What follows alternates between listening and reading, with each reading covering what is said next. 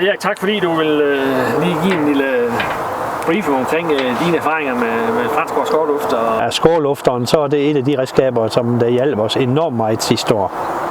Der er også nogle forskellige kulturer for, hvor meget man kører i halmen og ikke kører i halmen. Og bare som vi oplevede sidste år en enkelt regnby, så alt det, der kørt i, det bliver aldrig tørt. Og der havde vi nogle rigtig gode erfaringer med skårlufteren.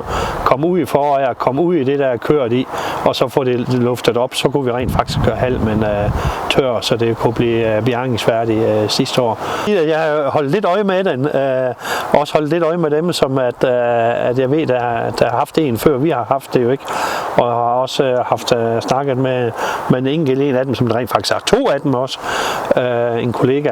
Og der var jeg slet ikke i tvivl om, at det er både det, jeg har set og det, jeg har hørt derfra, at så bare med de her cirka 4.000 tons halm, 8.000 baller halm, som vi selv bjerger, at der vil det være en stor hjælp for os at få skårlufteren med ind som et redskab. Altså jeg vil sige, vi glæder os jo, det kommer til at bruge den i år igen, og vi kommer helt sikkert til at bruge den. Det skal vi nok få en god succes ud af, det er jeg slet ikke i tvivl om. Generelt, det halm vi sælger til de nuværende markedsforhold, så får vi jo præmier for at levere mere tør halm.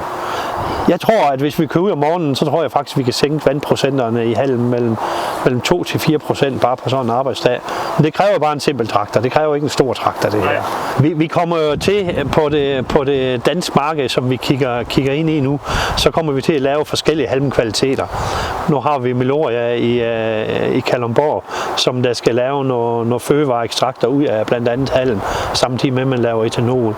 Og de vil jo helst ikke have for meget grus i maskineriet, om vi skal kalde det sådan jo ikke. Og der vinder skårlufteren jo før alt muligt andet, det river halmen hen over jorden. Det må vi bare erkende. Ja, den plukker den op. Ja, den løfter det. Altså, du kan jo køre med en 10 cm op over jordoverfladen, og så løfter den stadigvæk hele skåret med ind. Ja.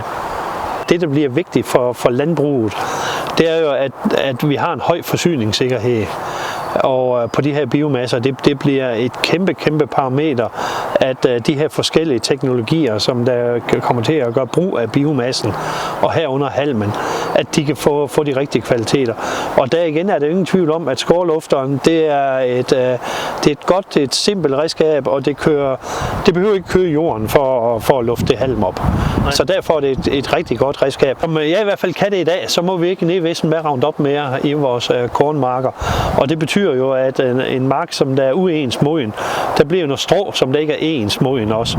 Og det skal vi have lavet tør på en eller anden måde. Og der vil jeg selv vurdere, at der ved skårlufteren, der vil det være det foretrukne køretøj, som jeg selv vil køre ud med først.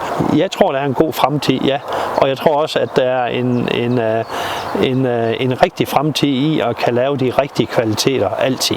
Om 20 år, om 30 år, når vi ikke bruger fossil brændstof mere, så har vi ikke noget CO2 der af det mere. Så skal vi bruge biogen CO2, som der bliver skabt på baggrund af vores biomasse. Tusind tak for din tid, Erik. Ja, velbekomme. Synspunkter omkring skårlufter og fremtiden omkring, hvad vi har der.